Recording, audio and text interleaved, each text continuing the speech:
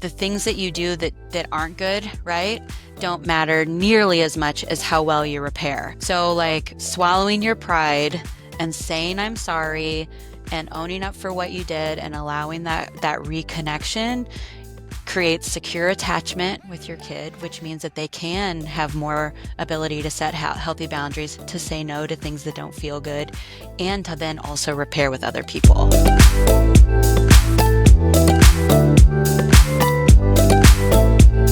Hello and welcome to Mindshift, a PLCS Empowerment Collective podcast. My name is Christopher and I'm one of your hosts today. I'm Deb. I'm your other host today. Welcome, everyone. Welcome. Deb, today's topic was inspired by a conversation I think you and I had about my experiences being the parent of an only child. I started to realize that I don't often say no. And it's a funny line to walk, because there's a lot of different feelings around it. Deb, I see you laughing at me already. Well, Christopher, I feel like in a marriage, what I've noticed, and I've been in 2 marriages, which is a whole other thing, that it seems like one of the partners says no to everything, and the other one says, well, wait a minute, let's think about it. Are you the wait a minute, let's think about it parent? Well, let me tell you the funny story. I used to say no, and then I felt so much guilt about saying no that I stopped saying no. It makes me feel bad. It makes me feel guilty because I want to be as accommodating as possible and be as giving as possible with what I have, but sometimes it's not possible. Right. I think it's Jane Fonda who said, and I wonder if this happens when you're older, but she said no is a complete sentence. And that is hard to say. But if we're talking about boundaries, which is our topic today, I think those words, yes and no and maybe and it depends and we'll see, are all things that we're hopefully going to have our expert share more information with us. So Katie, would you introduce yourself? Yeah, thanks for having me. I'm Katie Robbins. I am the Senior Outreach Coordinator at the Grace Abbott Training and Supervision Academy. We do a lot of trainings specifically about boundaries for mental health clinicians working with people. So it's a very hard topic sometimes.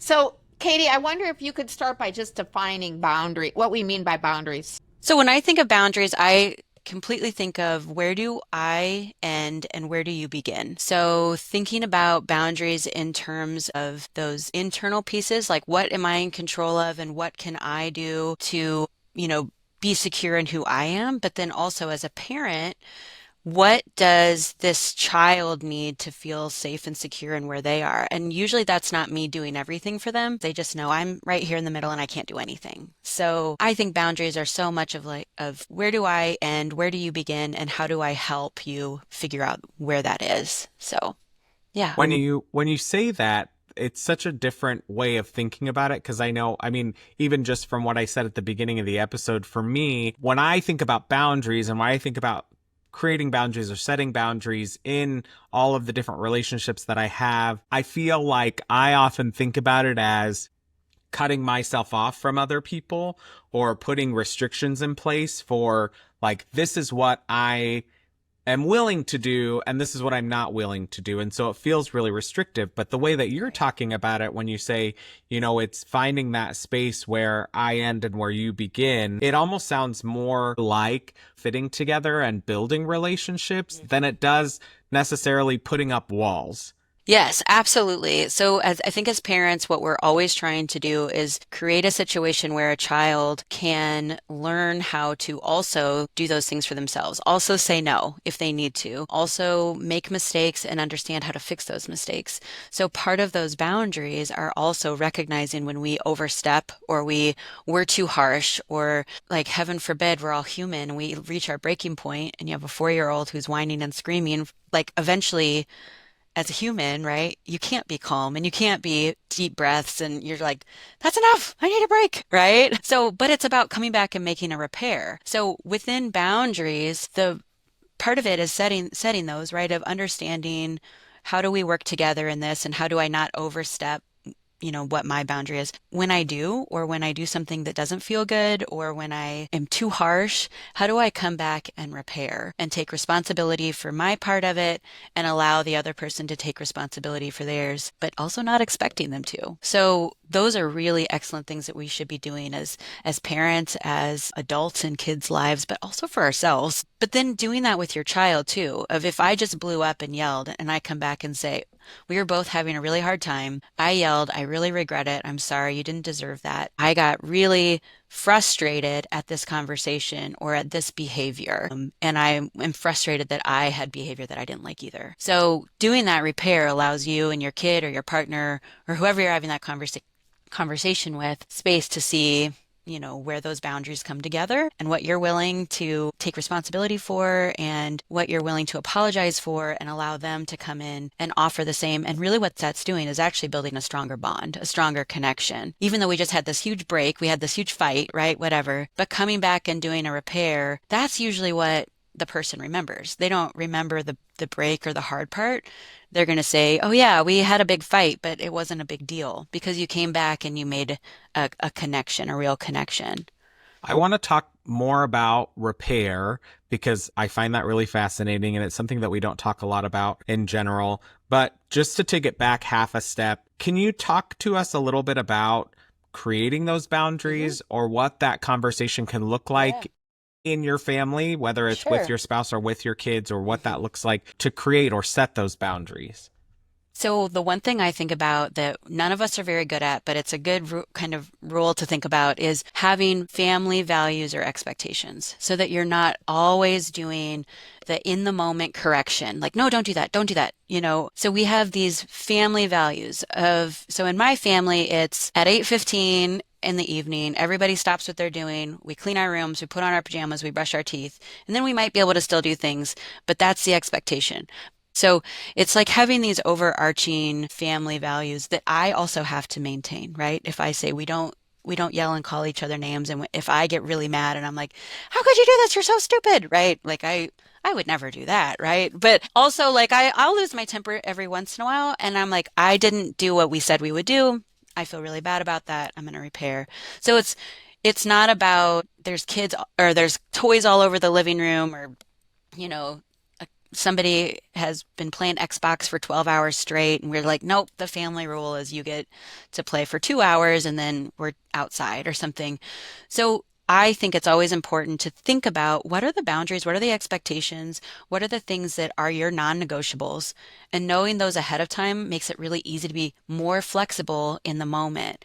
But we need to actually know where the boundaries are and what is the consequence or what's the reward for working within those. I'm not motivated unless I know it's going to do something good for me, right? If when those things are underlying, like you mentioned before, and you're starting to recognize some of those things, in my experience, I find that having conversations about those boundaries or those expectations tend to be reactive, right? Like, I don't tell Leo that we don't throw things until he throws something, and then I tell him we don't throw things. So how do you, for families maybe that aren't as comfortable talking about emotions, feelings, things like that, how do you find an entry point to bring some of that to the surface instead of waiting until you're being reactive in the situation? Well, first of all, I don't think we can ever get away from being reactive, because usually like throwing something, right? That's about safety too. And so usually things about safety are reactive, which is normal and I think okay, because that's how the world works too. If you do something unsafe, you get an immediate like reaction to that. So I do think that's good, but it's about also, instead of just what you shouldn't do, I think sometimes it's really good when we're teaching, right? Is no, we can't throw toys.